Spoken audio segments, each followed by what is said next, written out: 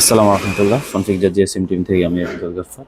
আজকে আমাদের কাছে একটা ফোন আছে, ভিভো ফোন Y02। এই ফোনটার মধ্যে সমস্যা হচ্ছে টেম্পারেচার ইস্যু। চার্জে দিলে টেম্পারেচার চলে আসতেছে, টেম্পারেচার লো। তো দেখি আমরা চার্জে দিয়ে আসলে কি লেখা আসতেছে।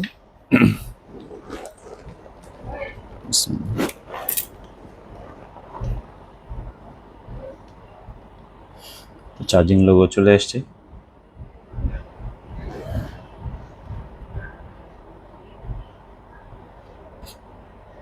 এবং দেখতে পাচ্ছেন লেখা আসছে টেম্পারেচার স্টিল লো। তো চার্জিং এরর এটা। তো আবার যদি লাগাই দেখা যাচ্ছে আপনাদেরকে,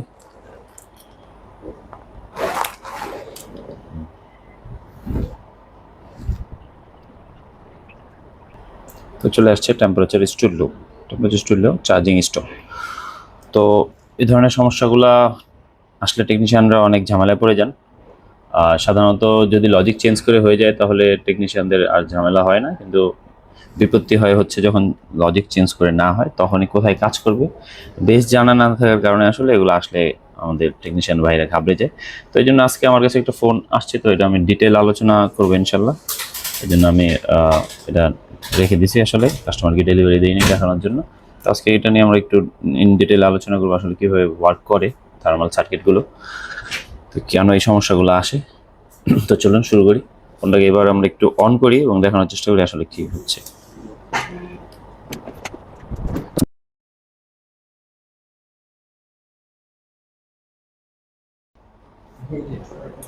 তো ফোন চালু হয়ে গেছে, তো এবার আমরা একটু একটু চার্জে দিই।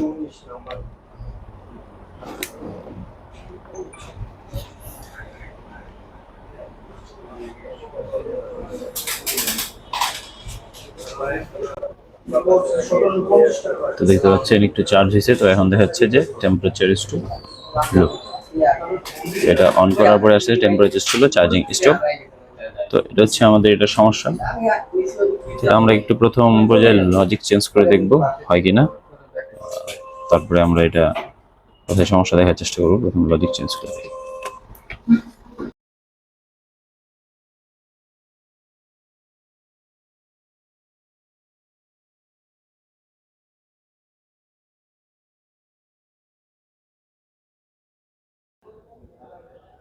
তো এখন চার্জে দিচ্ছি, দেখি কি আসে। তো এখানে দেখেন চার্জিং যেই সাইন আসেনি এবং এখানে লেখা temperature to low, charging stop. হ্যাঁ, আবার দেখেন স্লিপ মোডে চলে গেছিল, আসবে একটু পরে, আসে 2-3 সেকেন্ড পরে। তো দেখাচ্ছে temperature to low, charging stop. এইখানে আমরা আবার বন্ধ অবস্থা করে দিছি, আর একই অবস্থা দেখাচ্ছে, দেখতে পাচ্ছেন। আমি সেটা বুঝতে পারলাম না, লজিক থেকে সমস্যা না, এটা লজিক থেকে সমাধান হবে না, এটার জন্য আমাদেরকে মাদারবোর্ডে কাজ করতে হবে। তো চলুন দেখি কোথায় সমস্যা। তো এটা আপনাদেরকে বোঝানোর জন্য আমি ছোট একটা স্কিমেটিক ডায়াগ্রাম করে রেখেছি। এটা যদি আপনারা ভালো করে দেখেন তাহলে ইনশাল্লাহ একাধিক যে কোনো মোবাইলে আপনারা এই ধরনের সমস্যা ইনশাল্লাহ সমাধান করতে পারবেন। তো চলুন দেখি। তো এখানে দেখতে পাচ্ছেন ব্যাটারি কানেক্টর যেখানে বানিয়েছি সেখানে শুধু আইডি দেওয়া। তো এই ভিভো অপো ফোনগুলোর মধ্যে ব্যাটারিতে সাধারণত আইডি থাকে, কিন্তু অন্যান্য ফোনগুলা বিশেষ করে শাওমি যদি দেখি তাহলে ব্যাটারিতে আইডি এবং থার্মাল দুইটা সার্কিটই থাকে, কিন্তু এই ফোনগুলোর মধ্যে শুধু আইডি দেওয়া, থার্মাল আলাদাভাবে ব্যবহার করা হয়েছে। তো আইডিটা যদি দেখি আইডিটা কীভাবে কাজ করতেছে একটু দেখেন। একটা ভোল্টেজ আসতেছে পিএম থেকে, 1.8 ভোল্টেজ আসতেছে একটা রেজিস্টার হয়ে, এটা আসতেছে আমাদের ব্যাটারি কানেক্টে, এবং আরেকটা রেজিস্টার হয়ে চলে যাচ্ছে আমাদের সিপিইউতে। এটা হচ্ছে আমাদের আইডি লাইন। যখন আমরা ব্যাটারি কানেক্ট করি তখন এই ভোল্টেজটা ডিভাইড হয়ে আমাদের সিপিইউ এটা সেন্স করে। আর এখানে যদি আমরা দেখি আমাদের থার্মাল লাইন যেটা, সেটা এইসব ফোনের মধ্যে সাধারণত ব্যাটন, এমটিকে ফোনের মধ্যে ব্যাটন লেখা থাকে। এখানে একটা ভোল্টেজ আসতেছে, ভোল্টেজটা এসে আমাদের কানেক্টারে 5 নম্বর পায়ে আসতেছে, এবং নিচেও 5 নম্বর পা হয়ে এখানে একটা আমাদের এনটিসি রেজিস্টার আছে। যদি আপনাদেরকে দেখাই, এটা আমাদের সাববোর্ডের কথা বলতেছি। নিচে যেটা আছে এটা আমাদের সাববোর্ড, আর ওপর হচ্ছে মেন বোর্ড। একটা ভোল্টেজ আসতেছে যেটা ওপর থেকে এসে নিচে পর্যন্ত আসতেছে। এই ভোল্টেজটা আমাদের নিচে যখন কানেক্ট হচ্ছে তখন ভোল্টেজটা আমাদের ডিভাইড হচ্ছে, উপর থেকে আসতেছে আমাদের 1.8, কখনো কোনো মোবাইলে 2.8 আসে। তো এই মোবাইলে 1.8 আসতেছে। এটা যখন আসে, এটা নিচে আমাদের সার্কিটটা যদি ওকে থাকে তাহলে ভোল্টেজটা ডিভাইড হয়ে 0.1 থেকে 0.6 ভোল্টেজ হয়ে যায়। ভোল্টেজ ছিল 1.8, কিন্তু হয়ে যায় এটা যদি সার্কিট ওকে থাকে এই ভোল্টেজটা হয়ে আমাদের পিএমআইসি ব্যাটন নাম লেখা, এই লেখা হয়ে এটাকে সেন্স করে। যদি সে ভোল্টেজটা পায় তখন সে সার্কিটকে ওকে মনে করে, আর যদি ভোল্টেজটা সে না পায় তাহলে এটাকে সমস্যা মনে করে, তখন এই ধরনের এরর আসে। দ্যাট মিনস এখানে সমস্যা হতে পারে এই যে হয়তো ভোল্টেজ আসতেছে না পাওয়ার ইসি থেকে, বা ভোল্টেজ যাচ্ছে না, এই দুইটার একটা এখানে সমস্যা দেখাচ্ছে। তো আমরা এটাকে আমাদেরকে খুঁজতে হবে যে এটা ভোল্টেজ আসতেছে কিনা, আর যদি আসে তাহলে ভোল্টেজ ডিভাইড হচ্ছে কিনা, এগুলো আমাদেরকে দেখতে হবে। আর বিশেষ করে এইসব ফোনগুলা থার্মাল সার্কিটটা সাধারণত মেন বোর্ডে থাকে R1, আর R2 থাকে আমাদের সাববোর্ডে। তবে স্যামসাং ফোনে R1 R2 দুটোই সাববোর্ডে থাকে। আপনার সার্কিটটা ভালোভাবে বুঝলে ইনশাল্লাহ কাজ করতে পারবেন যে কোনো বোর্ডে ইনশাল্লাহ। তো আমরা এখন স্টেপ বাই স্টেপ এটাই খোঁজার চেষ্টা করবো যে আসলে ভোল্টেজ আসতেছে না নাকি ভোল্টেজ ডিভাইড হচ্ছে না। তো চলুন আমরা শুরু করি। তো এই হচ্ছে আমাদের ফোন। তো আমরা এখন মাইক্রোস্কোপের ক্যামেরা অন করব। তো প্রথমে আপনাদেরকে আমরা ব্যাটারিটা দেখানোর চেষ্টা করি, ব্যাটারিটা দেখলে বুঝতে পারবে। তো ব্যাটারিতে দেখেন এক পাশে দেওয়া হচ্ছে আমাদের মাইনাস, তারপরে দেওয়া হচ্ছে আইডি, এরপরে যেখানে থার্মাল থাকার কথা সেটা হচ্ছে এনসি, এরপরে হচ্ছে আমাদের প্লাস ভোল্টেজ। দ্যাট মিনস এখানে আমাদের আইডি ব্যবহার করছে কিন্তু থার্মাল ব্যবহার করেনি। এখানে যদি থার্মাল ব্যবহার করতো তাহলে এনটিসি লেখা থাকতো। তো আমরা অন্য একটা ব্যাটারি দিয়ে দেখাতে পারি আপনাদেরকে। যেমন আমরা Xiaomi একটা ফোন নিছি, দেখেন এখানে পজিটিভ আইডি এবং এনটিসি, এরপর হচ্ছে আমাদের নেগেটিভ। তো তার মানে এখানে এনটিসি আছে, কিন্তু এটার মধ্যে আমাদের এনটিসি হচ্ছে, আমাদের লেখা হচ্ছে এনসি, তার মানে ওটার মধ্যে ব্যাটারিতে ব্যবহার করি। কিন্তু এই ফোনটার মধ্যে আমাদের ব্যাটারি কানেক্টরের মধ্যে আইডি এবং থার্মাল দুটোই আমাদের ব্যাটারি কানেক্টরে আছে। কিন্তু ভিভো ফোনগুলো, অপো ফোনগুলোর মধ্যে আপনি পাবেন না, এখানে শুধু আইডি পাবেন আর থার্মাল পাবেন না। তো আইডি জনিত সমস্যা হলে সাধারণত আসে কন্ট্যাক্ট আফটার সেল সার্ভিস, কিন্তু এটা টেম্পারেচার ইস্যু। আর টেম্পারেচার ইস্যু সাধারণত এনটিসি সার্কিট থেকে হয়ে থাকে। চার্জিং টেম্পারেচার যেগুলো, অটো টেম্পারেচার আসলে আমরা অন্য কোথাও দেখতাম, কিন্তু এখানে চার্জে দিলে আসতেছে। তো চার্জিং টেম্পারেচার এনটিসি সার্কিট দেখবো আমরা। তো এখানে যে তার টানা দেখছেন ভিভাসে, এটা এখান থেকে নিচে থেকে লাইন কাটা, এই জন্য ভিভাসের লাইন টানাই ছিল, এটা আমি করিনি, এটা টানাই ছিল, এটা ভিভাসের জন্য দেওয়া। তো এখন আমরা বিটম্যাপ ওপেন করছি, যেহেতু এইসব ফোনগুলো স্কিমেটিক হয় না, তো আমরা বিটম্যাপ দিয়ে দেখানোর চেষ্টা করবো আপনাদেরকে কিভাবে কাজ করতেছে। আমি তো ছোট একটা স্কিমেটিক করেছি। তো এখানে দেখতে পাচ্ছি আমার একটা আইডি দেওয়া, আর পাশে একটা এনসি ছিল। তো আইডিটা যদি আমরা দেখি, আইডিটা কোথায় গেছে, আইসিটি বোর্ডের অপোজিটে চলে গেছে, এখানে রেজিস্টার হয়ে। এখানে একটা রেজিস্টার আছে প্যারালালে, একটা আছে সিরিজে। তো এখানে যদি দেখি এই রেজিস্টারটা এইখান থেকে চলে গেছে আমাদের সিপিইউতে, যেটা আমাদের সেন্সিং করছে। আর হচ্ছে এটা আমাদের ডিভাইড হওয়ার পরে, ভোল্টেজ ডিভাইড হওয়ার পরে আমাদের সেন্স করছে সিপিইউ। আর এখানে একটা ভোল্টেজ আসতেছে, যদি দেখি কি ভোল্টেজ আসতেছে, এটা ভিআই 1.8 ভোল্টেজ আসতেছে। ভিআই 1.8 কিভাবে বুঝবো, কারণ এটা অনেক জায়গায় যাচ্ছে। যখন অনেক জায়গায় একটা ভোল্টেজ যায়, সাধারণত এটা এমটিকেতে ভিআই ভোল্টেজই থাকে। তো এটা অনেক জায়গায় যাচ্ছে, এর মধ্যে আমাদের এখানে আসতেছে ভোল্টেজটা আমাদের।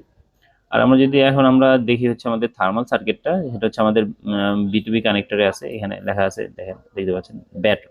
তো এটা আমাদের মূল উদ্দেশ্য, আমরা এটা নিয়ে আলোচনা করবো, আমরা আইডি নিয়ে আজকে আলোচনা করবো না। তো এইখান থেকে আমরা যে ক্লিক করলাম, দেখেন এটা কোথায় যাচ্ছে, দেখে আপনাদেরকে। আমরা এখানে ক্লিক করেছি, এখন এটা চলে যাচ্ছে আমাদের জাস্ট ওপরে একটা এখানে রেজিস্টার। তো এই রেজিস্টারটা এখানে আছে একটা ক্যাপাসিটার, যেটা এটা এনসি, পাশেরটা যেটা আছে এটা ব্যাটন লেখা, এটা আছে। রেজিস্টার হয়ে এখানে আরেকটা রেজিস্টার পাশে দেখাচ্ছে, এই রেজিস্টার হয়ে আমাদের এখানে একটা হচ্ছে সেন্স করছে, এই লাইনটা দিয়ে আমাদের সেন্স করতেছে যে ভোল্টেজটা ডিভাইড হবে, এটা দিয়ে সেন্স। আর টি আর ইএফ যেটা, এটা দিয়ে ভোল্টেজ আসতেছে। এটা আমাদের এমটিকে ফোনের মধ্যে, কিছু ফোনের মধ্যে 2.8 ডিজাইন করা থাকে, কিছু ফোনের মধ্যে 1.8ও থাকতে পারে। তো আমাদের যেটা দেখতেছি এই ফোনটার মধ্যে 1.8 ভোল্টেজ দেওয়া আছে। তো এই যে টিআরএফ লেখা, এই ভোল্টটা দিয়ে ভোল্টেজ আসতেছে, আর এইখান থেকে যেটা এখন ক্লিক করছে, এটা দিয়ে ভোল্টেজ আমাদের সেন্স করতেছে। তো এখানে আমাদের কোনো এক জায়গায় সমস্যা, হয়তো ভোল্টেজ আসতেছে না বা ভোল্টেজ আমাদের ডিভাইড হচ্ছে না, এই জাতীয় কোনো সমস্যা আমাদের এখানে ধরা পড়বে আশা করি। তো আপনারা এখানে ভালোভাবে ভিডিওটা দেখলে ইনশাল্লাহ অনেক কিছু শিখতে পারবেন, এবং এই ধরনের সমস্যা আসলে আপনারা নিজেরা সমাধান করতে পারবেন ইনশাল্লাহ। তো আমরা এখানে এখন চেকিং করব, এই জন্য আমরা ফোনটাকে একটু অন করতেছি। এটা ফোন অন করলে ভোল্টেজ পাবেন, আর চার্জে দিলেও পাবেন। তো আমরা ফোনটাকে এখন একটু অন করছি, অন করে দেখবো যে এখানে ভোল্টেজটা আসতেছে কিনা। তো দেখতে পাচ্ছেন ফোন অন হয়ে গেছে। তো এখন আমরা এখানে ভোল্টেজ পাওয়ার কথা দেখি আমাদের এখানে ভোল্টেজ আছে কিনা। তার জন্য আমরা মাল্টিমিটারকে ডিসি মোডে দিয়ে দিলাম। এখন আমরা চেক করি, এই হচ্ছে। তো আমি আপনাদের জন্য একটু কেটে রেখেছি এটা পূর্বেই। তো এখানে আমরা চেক করছি, দেখেন এটার মধ্যে 1.8 আসার কথা, তো এখানে চলে এসেছিল, নিচেও চলে আসতেছে 1 পয়েন্ট। তার মানে ভোল্টেজ আমাদের পাওয়ার ইসি থেকে সমস্যা নেই, ভোল্টেজ আসতেছে।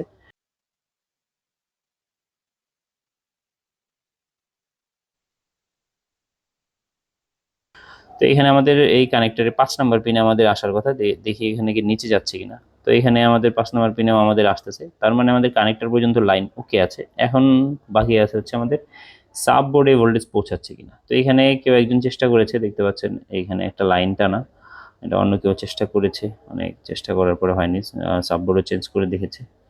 তো এইখানে আমরা দেখবো যে এইখানে আমাদের কানেক্টিভিটিটা ঠিক আছে কিনা। এর জন্য আমরা এটার সাববোর্ডেরও বিটম্যাপ দেওয়া আছে। তো এখানে আমরা নিচের 5 নাম্বারটায় ক্লিক করে দেখবো কোথায় গেছে। তো এখানে আমরা যদি দেখি নিচে থেকে 5 নাম্বার লাইনটা হচ্ছে আমাদের থার্মাল সার্কিট ব্যাটন লাইন, এই 5 নাম্বার।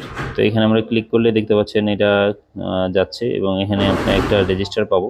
তো এটা হচ্ছে আমাদের এনটিসি রেজিস্টার। তো এটা যদি সব ওকে থাকে তাহলে আমাদের ওপর থেকে এখানে বিপ মোডে আমরা করলে বিপ হবে লাইন যদি সংযুক্ত থাকে, আর যদি না থাকে তাহলে আমাদের ওপেন দেখাবে। এখান থেকে আমাদের কোনো একটা সমস্যা বের হবে আশা করা যায়, যেহেতু ভোল্টেজ ঠিক আছে তাহলে এখানে হতে পারে যে কোনো লাইন কাটা। তো আমরা এখন এটা বিপ মোডে একটু টেস্ট করবো যে আসলে কানেকশন আছে কিনা। তো আমরা তো এখানে এই কানেক্টরে হচ্ছে আমাদের 5 নাম্বার লাইন উপর থেকে এসছে, এখানে 5 নাম্বার থেকে এখানে লাইন বের হয়ে আমাদের এই যে এটা হচ্ছে আমাদের এনটিসি রেজিস্টার এখানে এসছে। তো এটার সঙ্গে যখন কানেক্ট হয় তখনই আমাদের ভোল্টেজটা ডিভাইড হয়। এখানে দেখতে পাচ্ছেন আরেকটা, সে এখান থেকে কোনো লাইন টানার চেষ্টা করছিল পূর্বে কেউ, কিন্তু হয়তো সে প্রপারভাবে বুঝতে পারেনি, সার্কিটের জন্য করতে পারেনি। তো আমরা এখানে চেক করব যে আসলে কানেকশন আছে কিনা, তারপরে আমরা স্টেপ বাই স্টেপ কাজ করব ইনশাল্লাহ। তো এখন আমরা এর জন্য কী করব, বিপ মোডে আমরা এখান থেকে এটাকে চেক করব কানেকশন আছে কিনা। প্রথমে আমরা এখানে দেখে নিচ্ছি এটার সঙ্গে 5 নাম্বারের সঙ্গে কানেক্ট থাকার কথা, কানেকশন আছে কিনা। এটা থাকারই কথা, কারণ আমরা ভোল্টেজ চেক করছি এখানে ছিল। তো দেখতে পাচ্ছেন এখানে 0 0 হয়ে গেছে, তার মানে এটা কানেকশন ওকে। তো এখন আমরা এটাকে কানেক্ট করে আমরা এখন সাববোর্ডে চলে যাব, দেখবো আমরা কানেকশন আছে। একটা প্রব এখানে ধরবো আর একটা প্রব আমরা সাববোর্ডে দিয়ে দেখব। তো এখানে একটা কানেকশন আমরা করলাম, আর একটা আমরা সাববোর্ডে এখানে আমরা চেক করব, এটাও কানেকশন করে দিচ্ছি। তো এইখানেও দেখতে পারি আমরা, বা সরাসরি আমরা এখানে আমাদের দেখতে পাচ্ছেন রেজিস্ট্যান্স চলে আসছে, তার মানে কানেকশন দেখাচ্ছে যে কানেকশন রেজিস্ট্যান্স চলে হয়ে গেছে, যেখানে আমাদের আসলে 0 0 হওয়ার কথা। আর এইখানে যদি দেখি এখানে আমাদের কানেকশন সরাসরি ওয়েলই দেখাচ্ছে, তার মানে ডিসকানেক্ট। তো এটাই সেই জায়গা যেখান থেকে আসলে আমাদের মূলত সমস্যা, যে সাববোর্ডের থেকে মেন বোর্ড থেকে সাববোর্ডে কানেকশন হচ্ছে না, যার কারণে আমরা সাববোর্ড চেঞ্জ করার পরে ওটা হচ্ছে না। তো এইখান থেকে এখন আমাদের করণীয় হচ্ছে আমরা ওপর থেকে একটা লাইন টেনে এইখানে কানেকশন দিয়ে দেখব আমাদের সমস্যাটা সমাধান হয় কিনা। তো চলুন শুরু করি, এখানে একটা লাইন জাম্পার করে আমরা দেখি।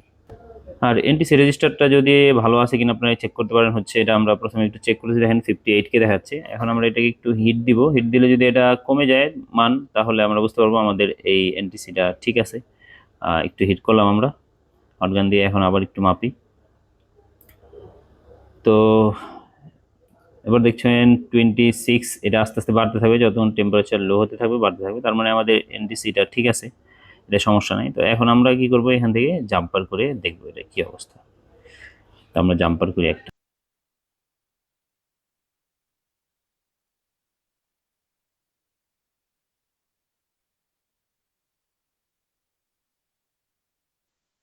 আলহামদুলিল্লাহ আমরা কানেকশন করে ফেলছি। তো এখন দেখার পালা যে আসলে আমাদের সমাধান হয় কিনা। তো এবার আমরা ব্যাটারি কানেক্ট করে আপনাদেরকে এবার মাইক্রোস্কোপের বাইরে নিয়ে এটাকে চার্জে দিয়ে দেখাবো এটা কি আসলে হয়েছে কিনা। তো এটা এবার আমরা মাইক্রোস্কোপের থেকে সরাসরি ক্যামেরা নিয়ে আসছি আপনাদেরকে দেখানোর জন্য, সব কিছু রেডি করে রেখেছি। এবার আমরা এটাকে চার্জে দিই। তো এবার দেখি আমরা এটা আমাদের টেম্পারেচার ইস্যুটা যায় কিনা। তো চার্জিং লোগো চলে আসে যথারীতি আগের মতোই। দেখি এবার পার্সেন্টেজ আসে নাকি এররই দেখা। তো আলহামদুলিল্লাহ দেখতে পাচ্ছেন আমাদের পার্সেন্টেজ চলে আসে, দ্যাট মিনস আমাদের এটা ইরোর যেটা ছিল এটা চলে গেছে আলহামদুলিল্লাহ। তো এবার আমরা ফোনটাকে অন করব, অন করার পরে যেটা টেম্পারেচার ইস্যু আসতো এটা এখন আসে কিনা এটা আমরা আপনাদেরকে দেখানোর চেষ্টা করব। তো ফোনটা চালু হয়ে গেছে, এখন আমরা এটাকে চার্জে দিই।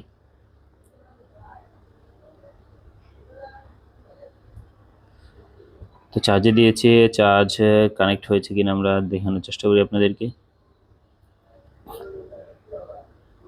তো দেখেন চলে আসছে লোগো, আর 2-3 সেকেন্ড পরে আমাদের ইরো চলে আসতো। তো আমরা দেখি এখানে ইরো আসে কিনা। তো এখানে গুগল প্লে সার্ভিস চলে আসে, ইরোর আসেনি। স্লিপ মোডে চলে গেছে।